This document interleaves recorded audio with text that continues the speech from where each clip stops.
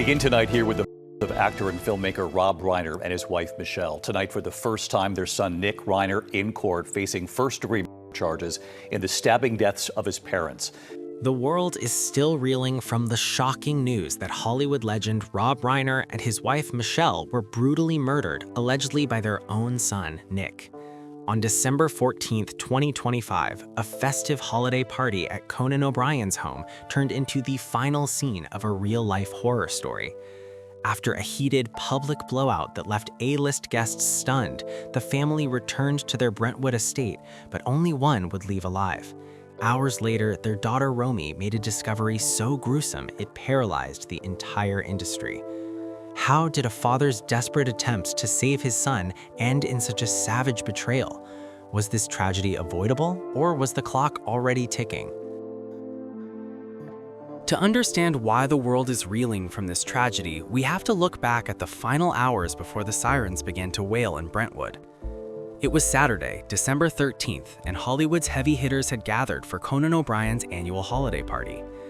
Rob and Michelle Reiner arrived with their son, Nick, but within minutes, it was clear that something was off. Witnesses described a vibe that shifted from festive to deeply uncomfortable the moment they stepped through the door. While Rob was his usual charismatic self, Nick was reportedly acting erratically, wandering through the crowd and asking A-list guests if they were truly famous. It wasn't just awkward social behavior, it felt like a storm was brewing just beneath the surface. Reports surfaced that a massive blowout erupted between Rob and Nick right there at the party. Some insiders claimed the shouting got so intense that guests actually discussed calling the police for a psychiatric hold. Rob, ever the protector, reportedly tried to de-escalate the situation, but the tension was thick enough to cut with a knife. By the time the family decided to leave early, the atmosphere was poisoned.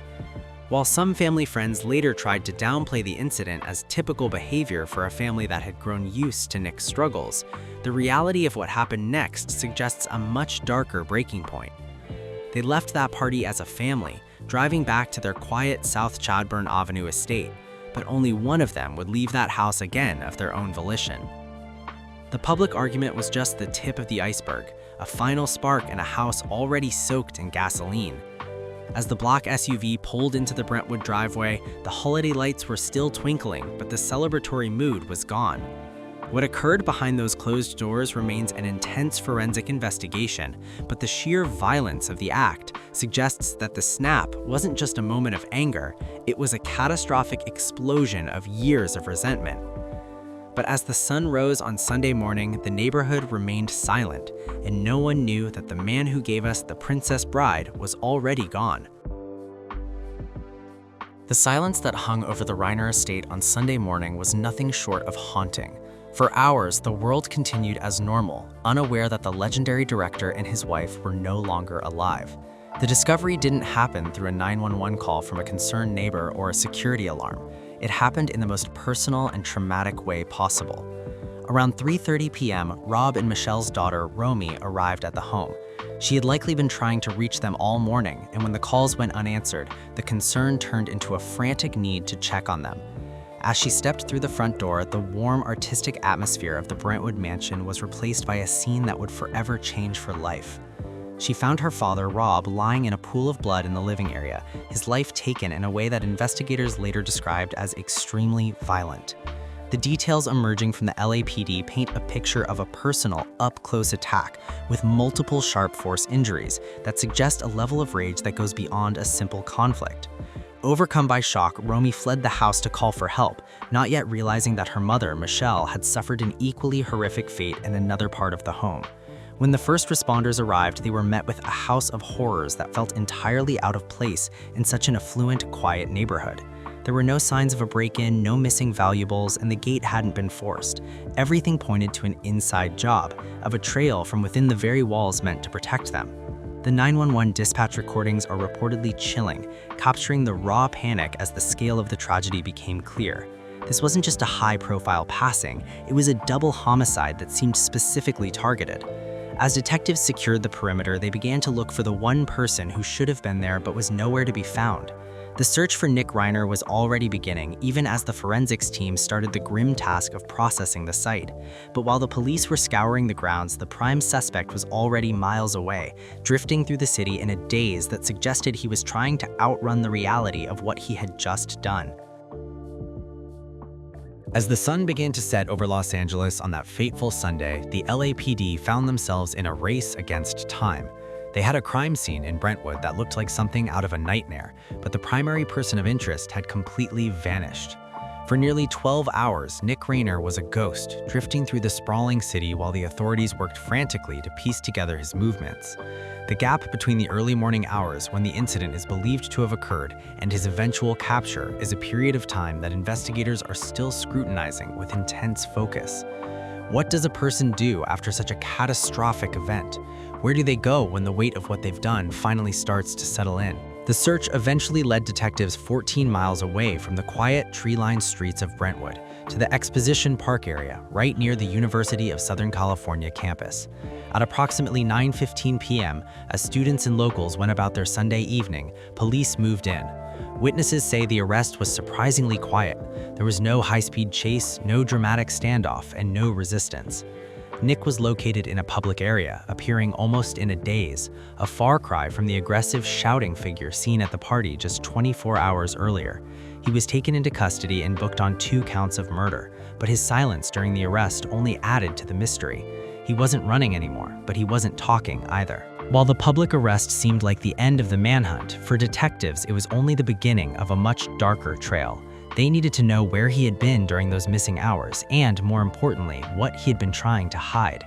As they began to retrace his steps using citywide surveillance and cell tower pings, they discovered a temporary stop that made their blood run cold.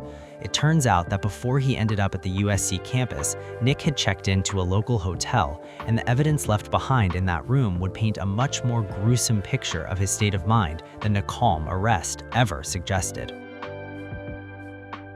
The trail of evidence left the Brentwood mansion and led straight to a generic room at the Pierside Santa Monica Hotel, just a block away from the world-famous pier.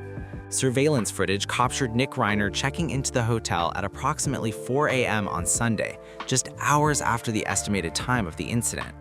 To the night clerk, he looked like a typical, if somewhat agitated and tweaked out guest, but there was no visible blood on his clothes at that moment. He paid with a credit card, took his key, and disappeared into his room, perhaps thinking the 4 walls of a hotel could shut out the reality of what had occurred back on South Chadbourn Avenue. But what he left behind for the housekeeping staff to find would ultimately become some of the most damning physical evidence in the entire case. When hotel staff eventually entered the room after Nick failed to formally check out, they weren't met with the usual disarray of a traveler. Instead, they discovered what sources have called a truly disturbing scene. The shower was reportedly full of blood, and deep red stains were found smeared across the bed linens. Most chilling of all, Nick had allegedly used the hotel's own bed sheets to completely cover the room's windows, blocking out any shred of daylight. It was as if he were trying to create a sensory deprivation chamber, a dark hole to crawl into while the rest of Los Angeles woke up to a beautiful Sunday morning. Forensic teams soon swarmed the hotel, meticulously collecting DNA samples to confirm if the blood found in Knott's shower matched the profiles of Rob and Michelle. This hotel room wasn't just a hiding spot, it was a transition point where the unthinkable became an investigation. The blood in the bathroom suggested that Nick had attempted to wash away the physical traces of the struggle, but the psychological stains were clearly far deeper. For the LAPD, the discovery at the Pierside Hotel provided a clear timeline of his movements, showing that he didn't just snap and wander off. He was mobile, he was hiding, and he was aware enough to try and scrub the evidence clean. But to understand why a 32-year-old would find himself in a blood-soaked hotel room in Santa Monica, we have to look back at the decades of intervention and the 18 failed attempts to save a man who had been at war with himself since he was a teenager. To truly grasp the tragedy of what happened in Brentwood, you have to look at the decade-long battle that took place long before the first drop of blood was shed. Nick Reiner wasn't just a troubled Hollywood kid, he was a man who had been caught in the teeth of a brutal cycle of addiction since he was a teenager. By the time he was 15, he was already spiraling out of control, struggling with substances like heroin and cocaine. His parents, Rob and Michelle, didn't just stand by. They threw every resource imaginable at the problem. We are talking about a staggering 18 different stints in treatment centers, high-end rehabs, and wilderness programs across the country. They tried tough love, they tried gentle intervention, and they spent millions of dollars trying to buy back their son's future from the grip of his demons. But addiction is a monster that doesn't care about a famous last name or a $200 million family estate. Nick's life became a revolving door of sobriety and catastrophic relapses. There were periods where he was living on the streets, completely cut off from the Hollywood lifestyle he was born into. Friends of the family say that Rob was haunted by the fear that he was losing his son, often staying up late into the night waiting for a phone call that might never come, or worse, the one call every parent of an addict dreads. The tension in the household was reportedly suffocating, a constant tug-of-war between Rob's desire to protect Nick and Nick's growing resentment toward the help that felt more like a cage. This wasn't a family that ignored the problem, they lived it every single day. In fact, Michelle Reiner had grown increasingly vocal to close friends about her fear that Nick's mental state was deteriorating beyond the reach of traditional rehab. She allegedly sensed a darkness growing in him that wasn't just about the stuff he was putting in his body, but a deeper, more volatile psychological shift. They thought they had seen the worst of it during his teenage years, but they had no way of knowing that the real, final act was being scripted in the shadows of their own home. It's a classic story of a father trying to write a happy ending for a son who was determined to burn the book, and nowhere was that more evident than in the one project that was supposed to save them both. The intersection of Rob Reiner's real-life pain and his professional career reached its peak in 2015 with the release of the film Being Charlie. This wasn't just another Hollywood project for Rob, it was a desperate public attempt to bridge the gap between him and his son. Nick actually co-wrote the screenplay, drawing directly from his own harrowing experiences with addiction, homelessness, and his fractured relationship with his famous father. Rob took the director's chair, essentially filming a dramatized version of their own household battles. At the time, they both touted the project as a breakthrough, a way to use art to heal the wounds that years of therapy and rehab couldn't touch.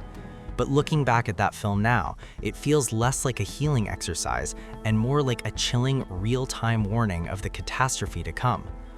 The dialogue in Being Charlie is gut-wrenching because it was born from actual arguments shouted across their dinner table. There is one specific scene that has become a viral focal point since the tragedy, where the father character, a high-profile man with political ambitions, confronts his son about his destructive behavior. The father tells the son that he would rather have him alive and hating his guts than have to bury him. It was a sentiment Rob had expressed in real life many times. He was willing to endure the insults and the resentment as long as Nick was still breathing. The film was supposed to be their olive branch, a way to finally understand each other's perspectives, but some now wonder if it only deepened the resentment. By turning their private misery into a public spectacle, did Rob inadvertently fuel the very fire he was trying to put out? The irony is that Being Charlie was meant to show the world that there is always hope for recovery, even in the darkest circumstances. In the movie, the son finds a path forward, and the father learns to let go of his control. But real life doesn't always follow a three-act structure. While the film provided a temporary high for their relationship, the underlying issues, the mental struggle, and the deep-seated anger remained. It's a haunting example of life imitating art, only for the reality to turn out far more violent than anything a screenwriter could ever imagine. As investigators look into the motive behind the Brentwood scene, they are finding that the script for this tragedy was written in the very words Nick and Rob shared on set 10 years ago. While the Reiner family was struggling to process the sheer horror of their loss, the tragedy was suddenly hijacked by the brutal machinery of national politics. Rob Reiner wasn't just a director, he was one of the most vocal and fierce critics of Donald Trump, often using his platform to challenge the former president's influence. Less than 24 hours after the news of the unaliving broke, Trump took to Truth Social to release a statement that many called the most controversial of his career. He didn't offer the typical thoughts and prayers. Instead, he suggested that Rob's passing was a result of a mind-crippling disease he called Trump derangement syndrome, implying that Rob's own political anger had somehow manifested in the tragedy surrounding him. The backlash was instantaneous and bipartisan. Hollywood legends and political figures alike were disgusted that a moment of profound mourning was being used to score political points. The irony, however, runs even deeper than the current feud. Decades before they were enemies, the Reiner and Trump families were actually professionally linked. Michelle Reiner, a gifted photographer, was the one who captured the iconic cover image for Trump's 1987 bestseller, The Art of the Deal. It's a surreal detail that highlights just how much the world has changed, from a shared professional success to a public arena where a woman's tragic death is used as a political weapon. This firestorm turned a private family funeral into a national debate, with supporters on both sides clashing over the ethics of the statement, while the actual investigation was still uncovering these sharp, forced details of the crime. But the political noise couldn't drown out the cold reality of the legal system. While the internet was arguing over Truth Social posts, the LAPD was focusing on the physical evidence that would ensure justice for Rob and Michelle. The political drama added a layer of toxicity to the case, making it one of the most followed investigations in Los Angeles history. However, for the detectives on the ground, the only thing that mattered wasn't what was being said on social media, but what was said in the back of a police cruiser, and eventually what would be seen by a judge. The focus was shifting from the court of public opinion to the literal courtroom where Nick Reiner was about to make his first haunting public appearance since the night of the party. The moment Nick Reiner was led into the courtroom, the reality of the situation seemed to finally settle over the city of Los Angeles. This wasn't the defiant, hoodie-wearing son from the holiday party or the dazed man arrested near USC. Instead, the man standing behind the glass partition was almost unrecognizable. He was dressed in a thick, padded, dark green suicide prevention smock, commonly known in the legal system as a turtle suit. This specific garment is only used when authorities believe a prisoner is at high risk of harming themselves, and seeing a member of Hollywood royalty in such a state was a visual gut punch to everyone in the room.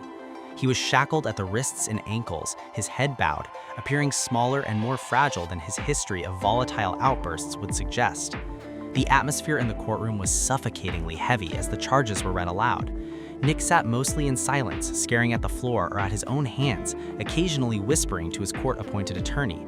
There were no outbursts, no pleas for mercy, and no explanations offered for the carnage left behind in Brentwood.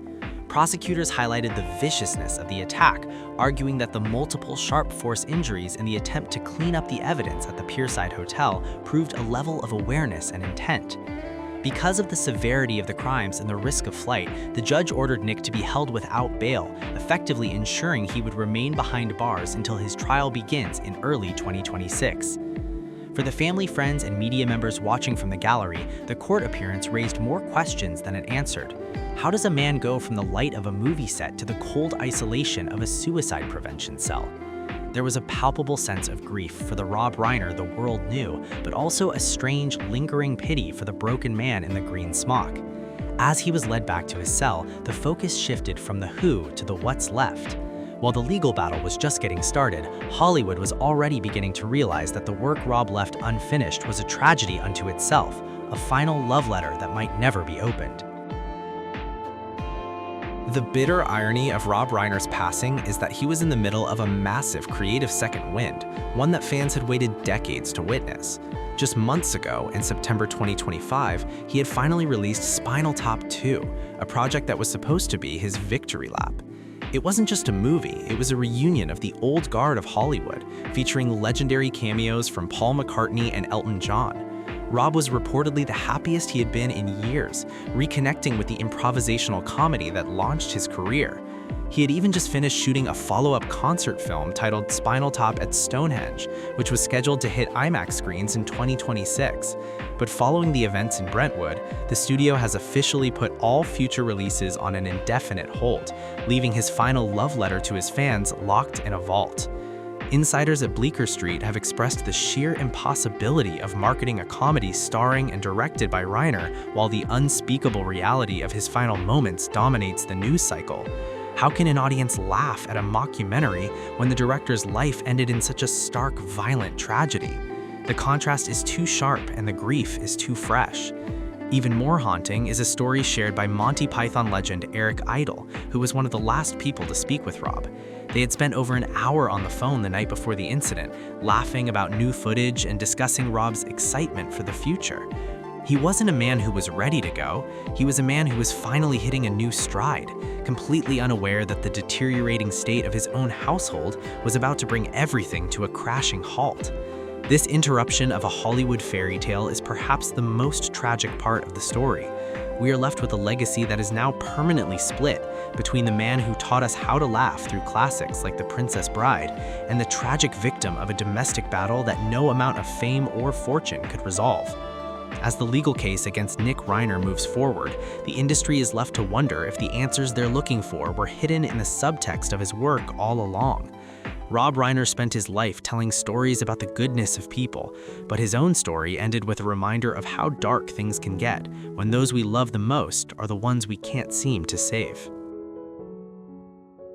The tragedy of Rob Reiner and Michelle Singer is a sobering reminder that even the most influential families aren't immune to the devastating grip of internal struggle. From a festive night at Conan O'Brien's to a crime scene that altered Hollywood forever, this investigation shows a family that tried to heal through art but ultimately succumbed to a reality they couldn't script. Was this an avoidable disaster or a heartbreaking end no one could have stopped? Let us know your thoughts in the comments. If any details need correcting, please let us know below.